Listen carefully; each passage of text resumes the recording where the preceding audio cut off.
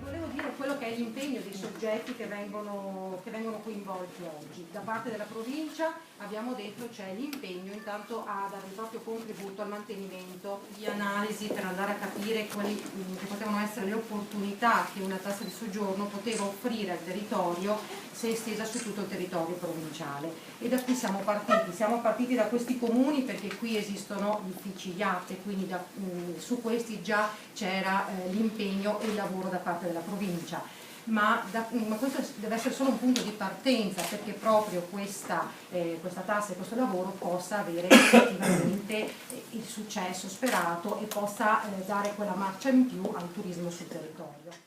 Gli altri hanno dei costi minori rispetto ad altre realtà. La Regione quest'anno nella proposta di bilancio ha azzerato quello che era la contribuzione, problemi di Venezia, che avete letto sui giornali, hanno azzerato questa contribuzione.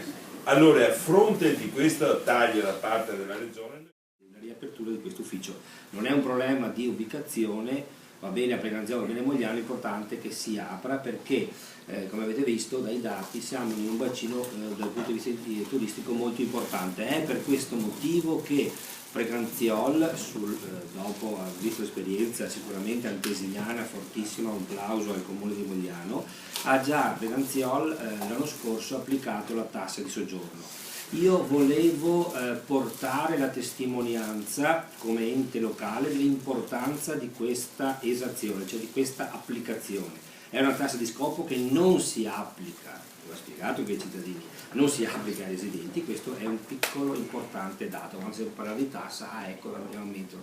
E questo è molto importante, va nel senso che poi viene utilizzata per il territorio, ma soprattutto si parla di condivisione dei territori. Ancora non avevo i dati delle presenze del 2013, cioè c'è una grande soddisfazione per la nostra città, ovviamente anche per l'accordo, ma anche per la nostra città, perché il comune con il principale gettito, anche se con le minore, è il comune di Mogliano Veneto, per cui in quest'ottica è un grande sforzo che il comune di Mogliano fa per la collettività e per un sistema che si sta creando.